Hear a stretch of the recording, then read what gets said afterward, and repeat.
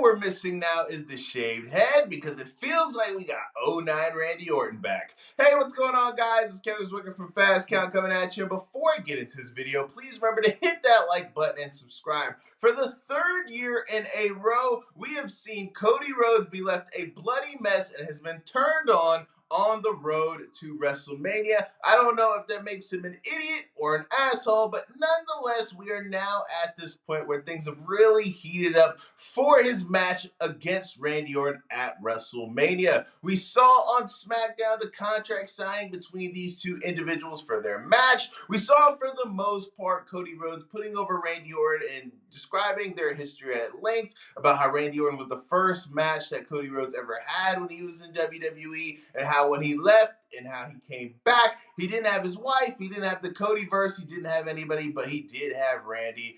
And he says basically that him and Randy are family. And you see, for the most part, for the whole segment, Randy Orton's conflicted, saying, it wasn't supposed to be this way. It wasn't supposed to be this easy. It was supposed to be Drew. He said it wasn't supposed to be this hard. And then we see Randy go ballistic on Cody Rhodes, leave him a bloody mess, destroy him on the outside of the ring. And this made sense for many different reasons, because going into this match, similar to last year, WWE didn't want to have the face versus face dynamic, which for the most part I agree with, because that's kind of boring. The whole, oh, I respect you, oh, but I respect you more, oh, but I really do respect you, build towards a match is kind of boring. And going into this match and going into last year's match against John Cena, you knew that Cody Rhodes wasn't going to be the guy to turn heel, at least for now. So this makes it a far more interesting dynamic between the two guys. And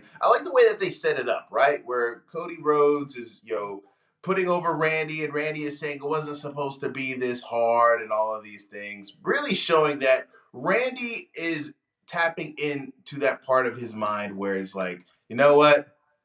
I need that title.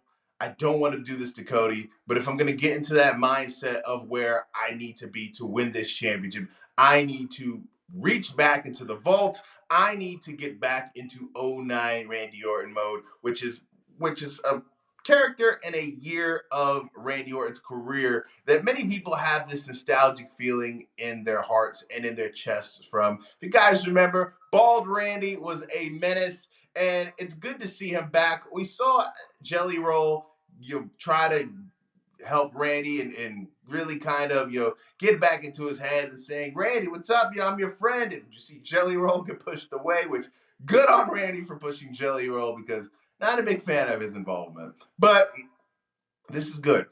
And heading into WrestleMania, I think that for me, it would make a more logical sense for Randy to be the guy to come out of this match as the champion. I think we've been there, done that with long, lengthy title reigns with Cody Rhodes. I know that sooner rather than later, he's going to have to leave to promote the new Street Fighter movie. So I think that makes a lot more sense, and it brings a lot more interesting dynamics to what's going to go down with the title. But the problem with that is, when you look at SmackDown as a whole, there's not a logical babyface that you can really put in a position to where he is going to be able to pick up the mantle, if Cody Rhodes isn't around.